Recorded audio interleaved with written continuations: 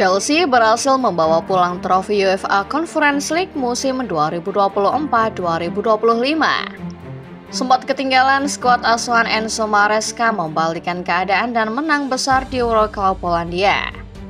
4-1, Cole Palmer dan kawan-kawan menghajar Betis sekaligus menempatkan diri mereka sebagai tim paling sakti di Eropa.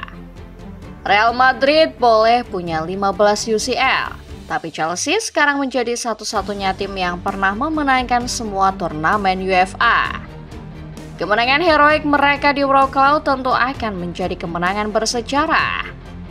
Mau tahu seperti apa kronologi Chelsea menempatkan diri sebagai juara Conference League?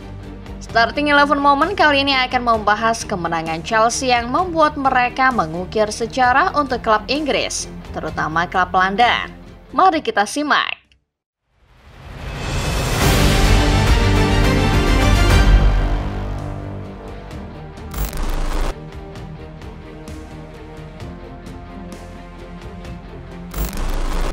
Terhitung sejak takeover alias alih kekuasaan dari tangan Roman Abramovich ke Todd Boehly, nyaris tidak ada yang spesial dari Chelsea. Hanya butuh waktu sekitar 3 tahun untuk mengubah tim juara menjadi tim yang kualitasnya biasa saja. Bahkan boleh dibilang Chelsea bersama Boehly adalah klub mediocre yang tidak lagi diperhitungkan. Musim ini status itu masih melekat dalam diri juara 2 kali Liga Champions.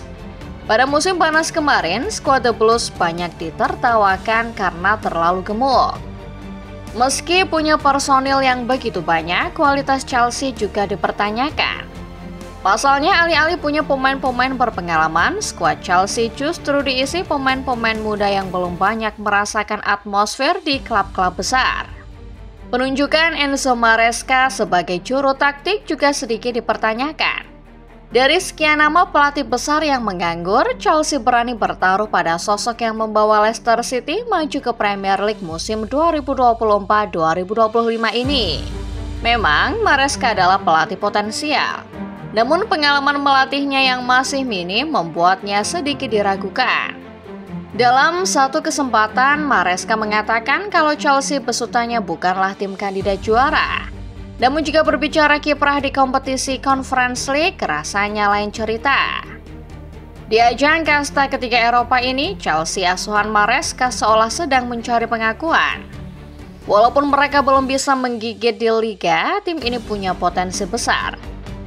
6 pertandingan di fase Liga, semua dilahap Chelsea dengan hasil maksimal. The Blues lolos ke babak knockout sebagai juara fase Liga, mengemas 18 poin dan 26 gol.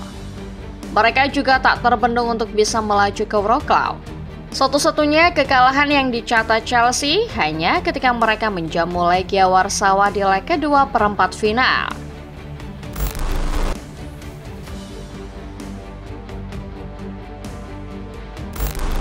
Chelsea nyaris tidak menemui halangan berarti di fase Liga maupun fase gugur, karena batu sandungan terbesar sejatinya menunggu di final. Real Betis, wakil Spanyol yang penampilannya begitu impresif sejak musim dingin, menanti mereka di Wrocław. Berbeda dengan Chelsea, Betis dari awal bukan kandidat juara. Mereka bahkan harus susah payah melaju ke babak gugur dengan hanya finish ke-15 di fase Liga. Namun di babak gugur, performa anak asuh Manuel Pellegrini makin menggila. Melihat catatan mereka di Liga, sudah sepatutnya Anthony dan kawan-kawan makin ganas di Conference League.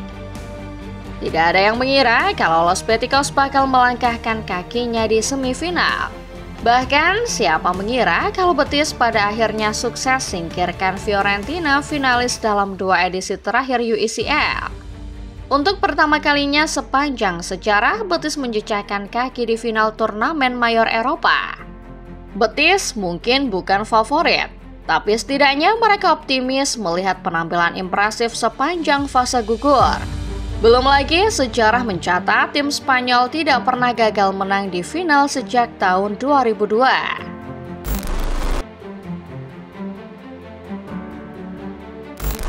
Chelsea mungkin akan berhadapan dengan ujian terbesar mereka di Conference League.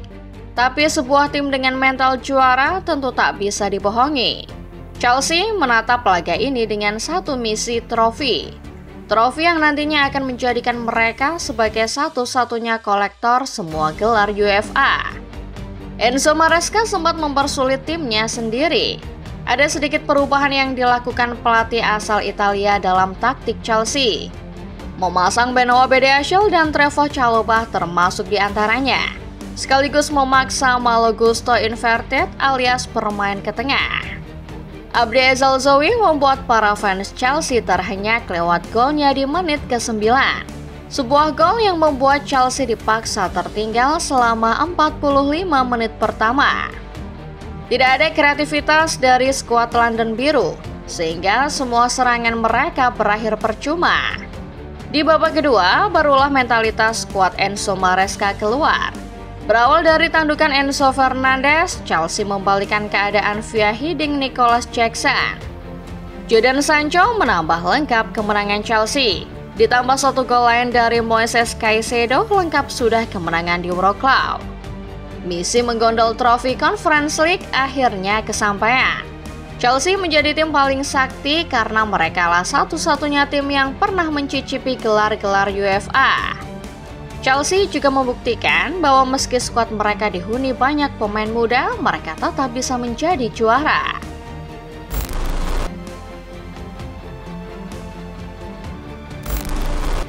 Kemenangan Chelsea melawan Real Betis tentu tidak lepas dari peran pemain satu ini.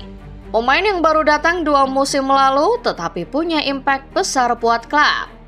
Pemain yang juga sempat dihujat karena dianggap sedang anjlok performa beberapa pekan lalu. Pergerakan Palmer sebagai gelandang serang tampaknya dimatikan para pemain Betis. Beberapa menit sebelum gol Enzo lahir, tampaknya posisi Palmer digeser ke depan untuk berduet dengan Nico Jackson. Hasilnya 2 gol tercipta dari sentuhan yang kurang masuk akal. Palmer mencoba melakukan penetrasi di sisi kiri pertahanan Betis. Kemudian ia percaya diri mengirim umpan terarah ke tengah lapangan. Di sanalah sudah berdiri Enzo yang langsung menyambut untuk samakan skor. Skema serupa terjadi di gol pembalik keadaan via Nico Jackson. Crossing sempurna dari sisi kiri pertahanan Betis mengarah tepat ke Jackson. Sebuah umpan yang tentu saja tidak disia-siakan Jackson untuk mencetak gol. Tidak mengherankan apabila Palmer pada akhirnya dianugerahi gelar Player of the Match. 2 asisnya di laga kontra Betis juga membuktikan bahwa kontribusi dan pentingnya peran Palmer tidak melulu soal gol. Ada banyak peran penting lain termasuk key passes alias umpan kunci seperti di laga yang satu ini.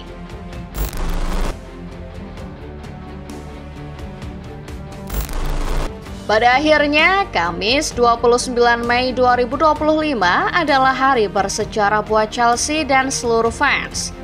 Diolok di awal musim hingga sempat dihantam inkonsistensi performa, nyatanya London Biru juara juga. Raihan Conference League juga melengkapi capaian kota London itu sendiri. Kesuksesan Chelsea berarti membuat London menggondol 2 trofi bergengsi Eropa musim ini. Sekali lagi menegaskan, Chelsea adalah klub pertama dan satu-satunya dalam sejarah yang punya 1 set trofi kejuaraan UEFA. Mereka sudah memenangkan Liga Champions, Europa League, UEFA Super Cup, UEFA Cup Winners' Cup, hingga yang terakhir Conference League.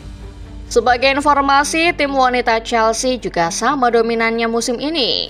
Mereka telah berhasil menggondol Women's Super League, Women's FA Cup, serta Women's League Cup.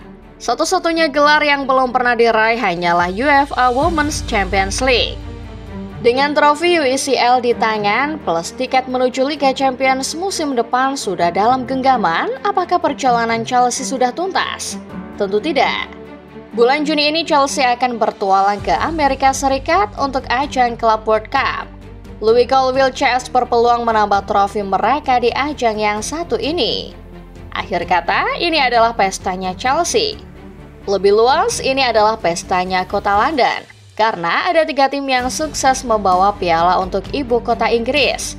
Bagaimana menurut Football Lover sendiri? Apakah Chelsea sudah layak disebut kandidat juara untuk musim-musim berikutnya? Terima kasih sudah menonton. Like dan share video ini kalau kalian suka. Subscribe channel Starting 11 Moment dan jangan lupa nyalakan notifikasinya supaya tidak ketinggalan update-update terbaru dan terpanas putar sepak bola. Sampai jumpa di video berikutnya.